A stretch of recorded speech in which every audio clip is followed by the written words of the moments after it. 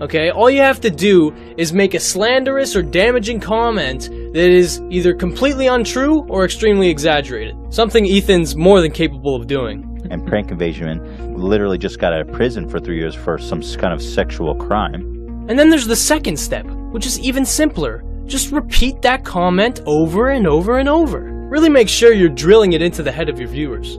I wouldn't be surprised, can I say that, if you went to prison for a sexual crime. I wouldn't be surprised if you went to, I wouldn't be surprised at all. And just got out of prison for a sexual crime. That you were in prison for your first sexual crime. That guy went to prison for a sexual crime. Yeah. Chris went to prison for a sexual crime. Yeah. Chris went to prison for a sexual crime. And then there's the third step. And you see, the third step is very important because without this, you might get into a little bit of trouble.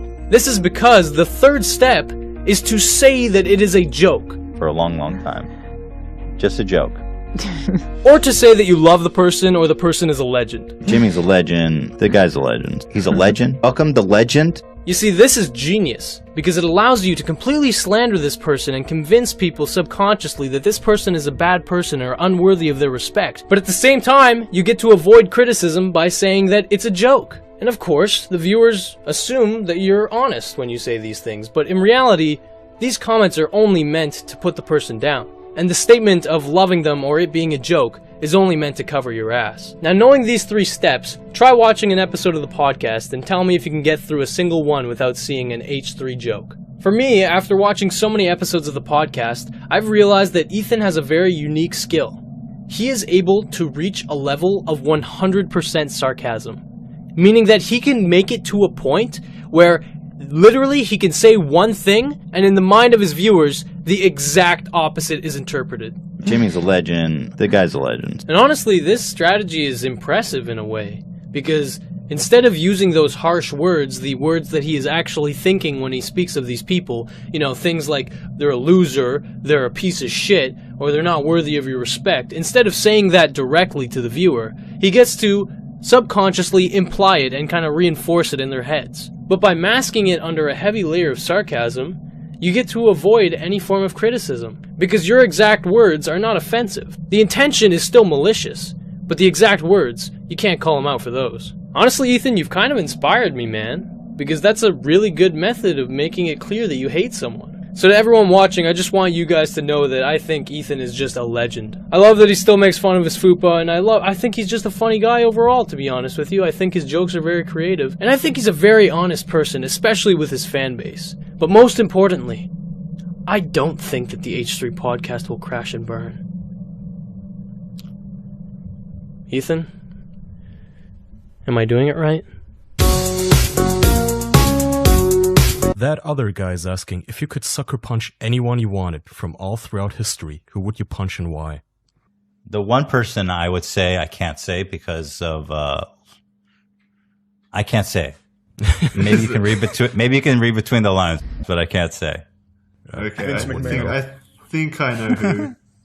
I wouldn't say it publicly because it wouldn't be worth it. Okay, who's somebody you can say publicly? I can't. I'm not even going to say it.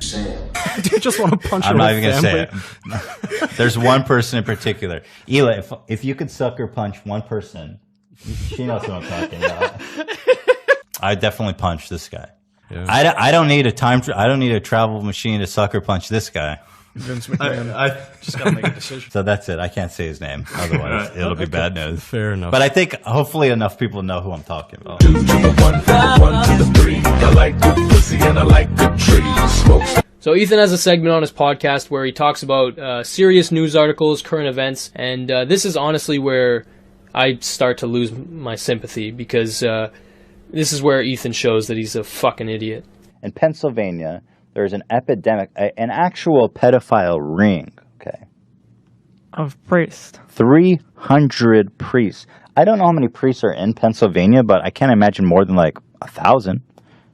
I mean, I don't know what's the number, but what is that? 30%? How can you talk about Pizzagate when the Catholic Church is literally a satanic cult? Wow, man. You really like exaggerating. And you're not all in on it? Not just covering it up. Who is all in on it? Everybody. What do you mean? Everybody.